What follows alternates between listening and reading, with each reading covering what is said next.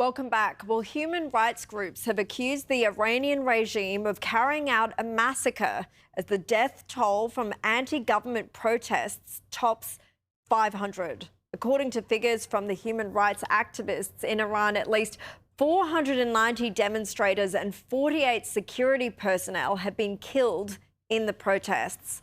More than 10,600 people have also been detained over the past fortnight.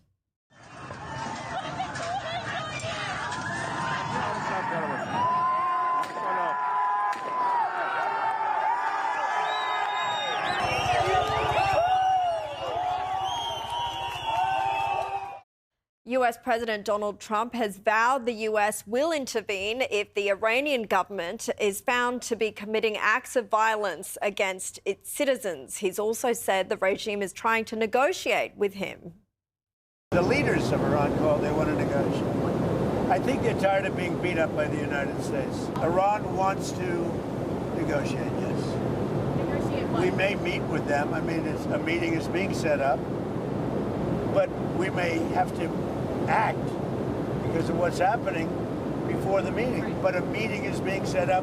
Iran called, they want to negotiate. Well, joining me now is former Foreign Minister Alexander Downer. Mr. Downer, thank you very much for your time tonight. How would you describe these protests, first of all, that are happening in Iran? Do you think this is a turning point for the liberation of the people of Iran?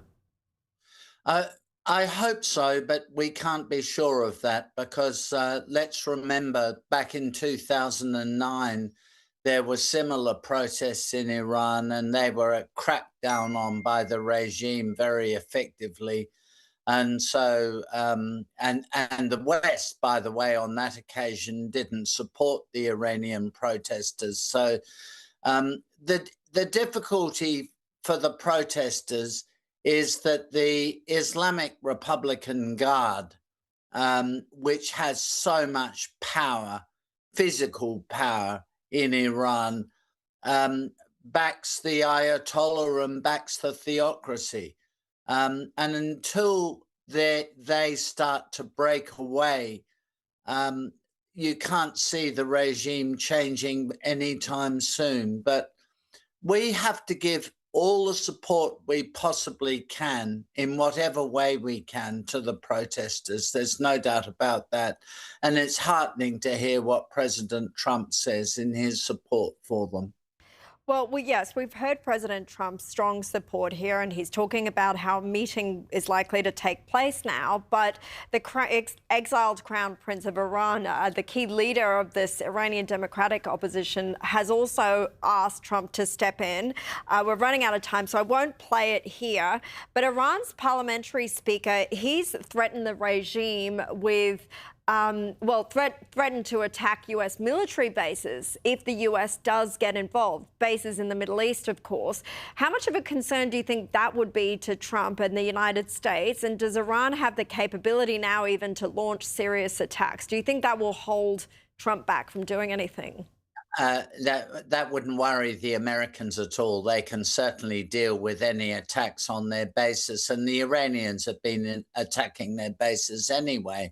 No, I think the Americans might decide to attack the Islamic Republican Guard bases in Iran if they continue to shoot protesters, which is what they've been doing.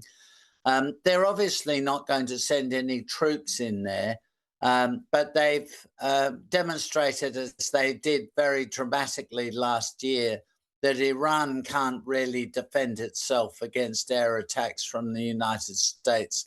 So they need to be a bit cautious, and maybe it would make sense for them to negotiate with the Americans.